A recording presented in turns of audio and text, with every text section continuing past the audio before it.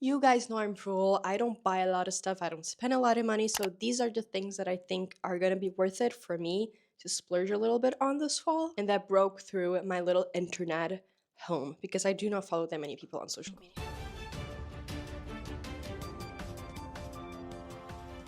All full fashion opinions expressed are solely my own and do not constitute legally binding style advice. Viewers are encouraged to thrift, swap, or DIY before purchasing anything new. Sustainability cannot be guaranteed by this video, but it can be pursued through mindful consumption, upcycling, and not panic buying 12 plus cars. No responsibility will be taken for allergic reactions to wool or existential crisis caused by fast fashion haul videos. Consult your local thrift shop, tailor, or grandma's closet before making wardrobe decisions. Side effects of mindful shopping may include reduced landfill waste and compliments from strangers. Fashion results may vary, batteries not included. Thank you and good luck. Number 1.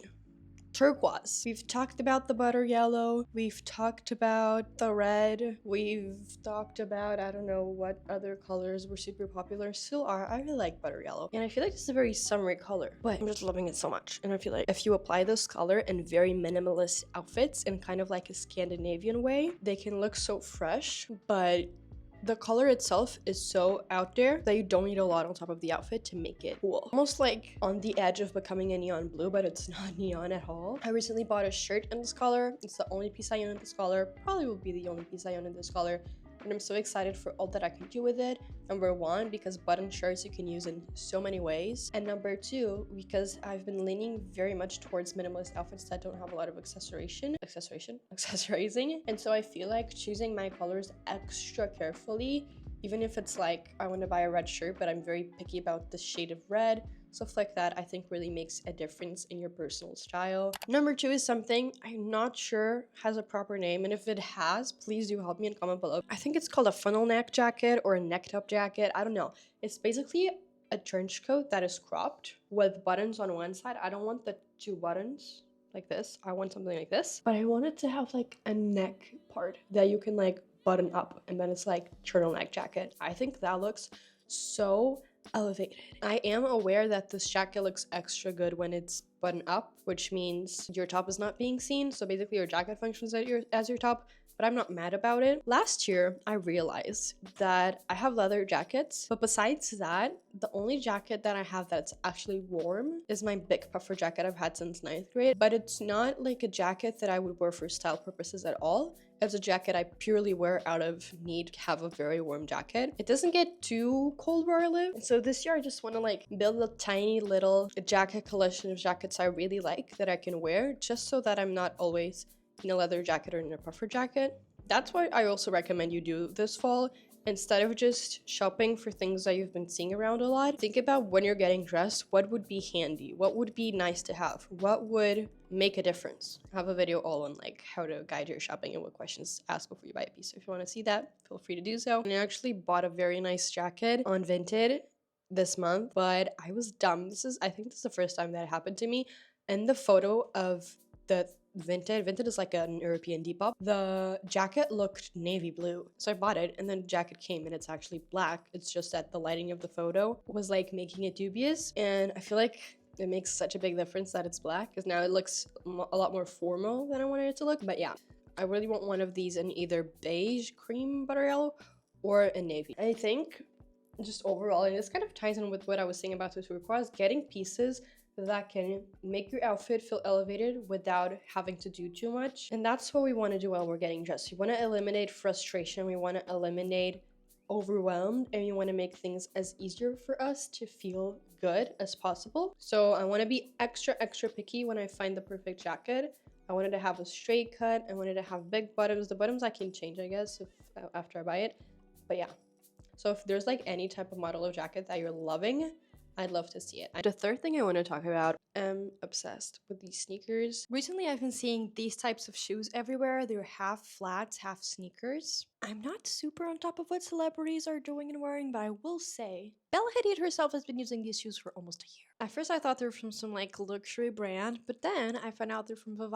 Thank you, VIVAIA, for sponsoring this video. And now that I have a pair, I finally figured out why she chose these over some other more expensive options. Guys, they literally feel like walking on clouds. So they sent me 2 pairs and I wanted to show them to you in case you're looking for a new go-to shoe that can be dressed up but also super comfortable that you can wear to your day-to-day. So these are the Christina ones, and they're more sneaker vibe, but they have this square toe and they're still very delicate. They have the satin part in the middle. Walking in these literally feels like you're barefoot. I also love the color options they have. They baby pink, this fun turquoise. Bella Hadid has been spot using these twice in a row. And then I got the Yancy model. These are my go-to because of their versatility. You can dress them up in a dress, dress them down with some jeans. They're made from eco-friendly recycled nylon. They're so easy to put on when you're in a rush. I got mine not in white, but in this like beige color. But you can also get them in red, and they use eco-friendly dyes to dye them red. Both of these come with 2 pairs of laces, so you can either rock them with the 2 pairs or choose your favorite one and then just store the other one, which is super cool. You can even like use those laces to then accessorize your bags or put them in other shoes. I recently went to Amsterdam and I only had a carry-on with me, so I decided to bring my VIVAIAs on, and I kid you not, for almost 7 days straight I wore them. I walked a ton and my feet never hurt. Which, if you travel and you walk a lot, you know that no matter how comfy the shoes are, at the end of a trip you just have blisters and cannot put those shoes anymore. And then when I got home, I threw them in a washing machine because they're machine washable, and voila. VIVAIA uses a lot of recycled materials, only fall for natural rubber, plus they've recycled more than 29 million plastic water bottles. Those recycled water bottles were then made into thread and then knit that they use for the shoes. They've donated more than 10,000 pairs of shoes to communities in need. So if these have been on your wish list for a while, you can check the link in my description box, go to VIVAIA's website, and choose a pair. Now back into the video. And all of this also ties into not accessorizing. I love necklaces. I love rings. I love bracelets.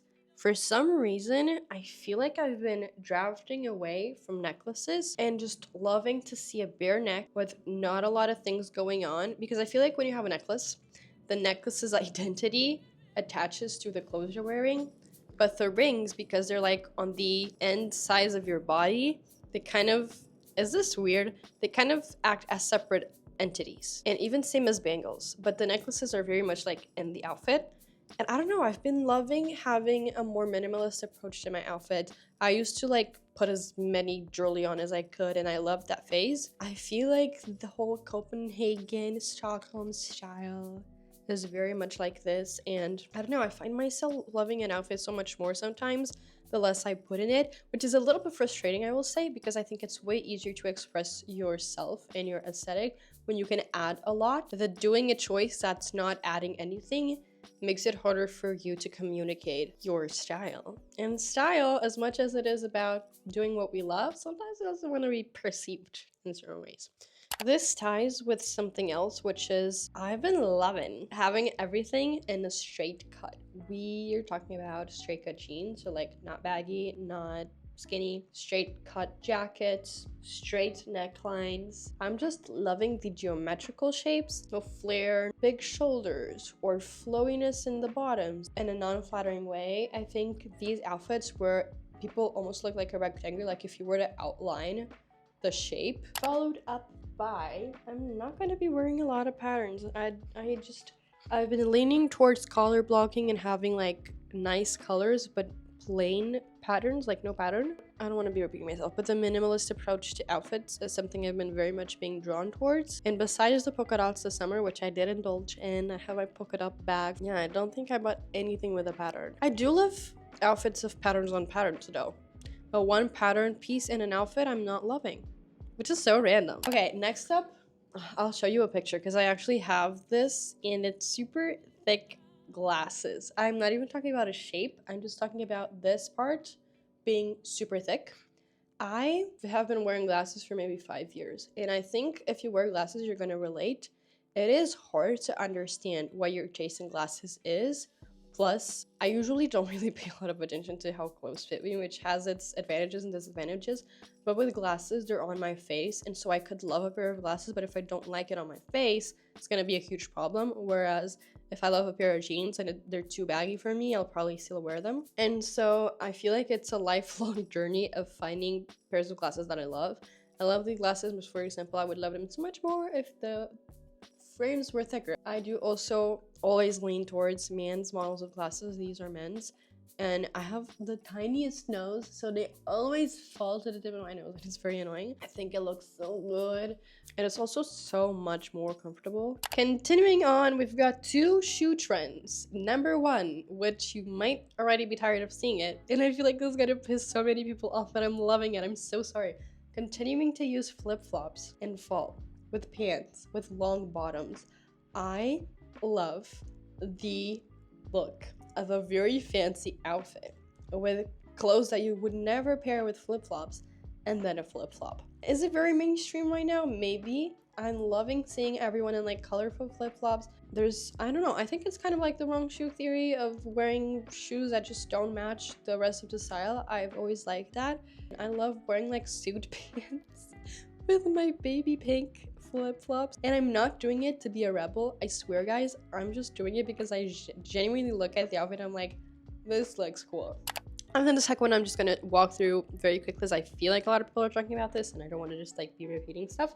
But the 5-toe shoe is gonna be the new tabby, and honestly, I think it looks very cool. Again, not necessarily pretty or sexy, but cool. I haven't bought some yet because honestly, even secondhand, they're expensive, but I think they look so funny and so badass, and I'm here for it. Moving on, we only have 2 more trends. Number 1, using less black and white, which I love black and I love white. Most of my wardrobe is black and white actually, but using less shades of black and white and using variations of them. I think the butter yellow kind of started it, using more beiges and creams, substituting the blacks for navies and dark browns and dark reds. It's almost like a dark brown can be an elevated version of black. It adds a little less contrast. There's something about it though that feels more classy. And so I'm not saying at all I'm gonna stop wearing black and white at all. But a lot of things that I usually bought in black I've been buying in other dark shades, and I think that's an interesting observation. This is a random one that I've been leaning towards. It's round colors, and it also comes from this jacket that I recently bought, the one that I thought was navy and actually was black. I think round colors in places where you usually wouldn't find them is very cool. Again, a small detail that makes all the difference. Anyways, check out VIVAIA. I love their shoes. Link in the description box. I hope you guys liked this video, and I'll see you in my next one. Bye.